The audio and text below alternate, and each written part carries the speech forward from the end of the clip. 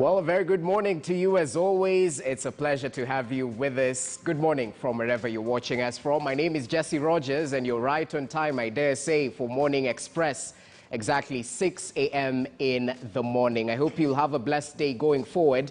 But before you do just that, we're here to inform you about the latest news making headlines, what you can expect in today's dailies. And as usual, I have with me Kenya's bold newspaper, The Standard, and the Daily Nation as well, where we'll get to take a look at some of the top stories that you can expect in today's dailies. Not just that, it being a Tuesday, it's time to talk politics. So much focus on the perceived swing vote regions. Right now, so much focus on Central Region, which doesn't have a successor to President Uhuru Kenyatta as per se within the region going forward into 2022. So perhaps that's why there's so much focus from the top politicians in that area. But still, Western Region still has its fair share of issues in terms of unity, of purpose, if you can use those words. Going forward, will the Mulembe Nation stand together, especially since it's equally considered to be a swing vote going into 2022. We'll get to interrogate this and much more,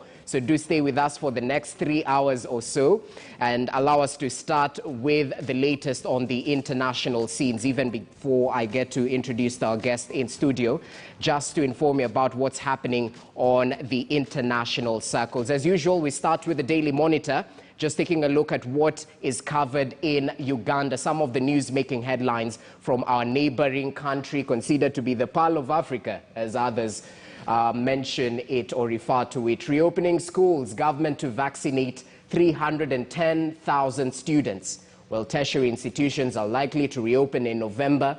Get more details on the education sector in Uganda, even as shock hits locals who discover over 18 bodies buried mysteriously. Quite an unfortunate scene right there, even as investigations are on. I'm sure more details on that article.